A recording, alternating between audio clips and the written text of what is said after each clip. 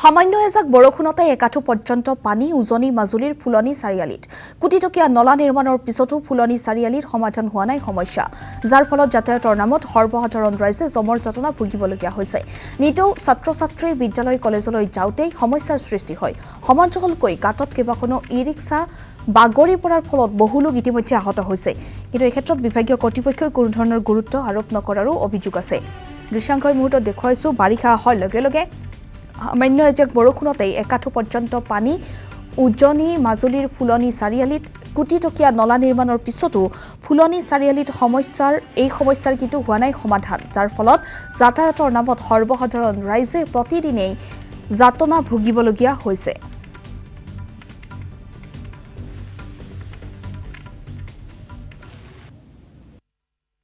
ৰাস্তাটো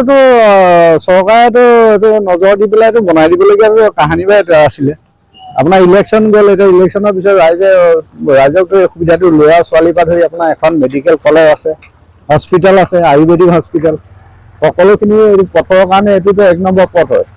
এই পথটোতো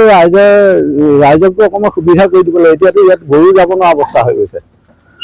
গতিকে সেইটো চৰকাৰৰ কিবা এটা দায়বদ্ধতা হ'ব লাগিব চৰকাৰে নহ'লে এইটো জনসাধাৰণে কৰি দিব পৰা কাম নহয়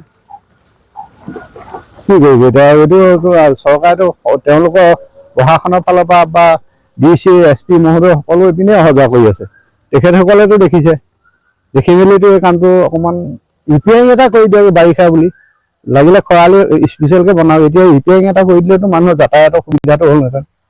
এতিয়া চাওকচোন টমটম এখন যাব নাই মটৰচাইকেল এখন যাব নাই এতিয়া এক্সিডেণ্টো সিদিনা এইখিনিতে 2-3টা এক্সিডেণ্ট হৈ গৈছে যোৱাদিনবা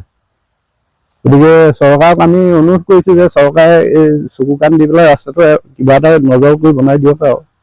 পঢ়া-শুনা বা ধৰি সকলো চাই লৈ কিন্তু একদম সন্মুখতে ল'ৰা ছোৱালী ওলাই আহিবলৈ ৰাস্তা নাই আপুনি চাওক আপোনালোকে স্কুলৰ ফিল্ডত কিমান পানী ৰাস্তাত কি অৱস্থা আৰু ইফালে হস্পিটেলখনলৈ মানুহ যাবলৈ এতিয়া প্ৰায় মানুহ নহাই হ'ল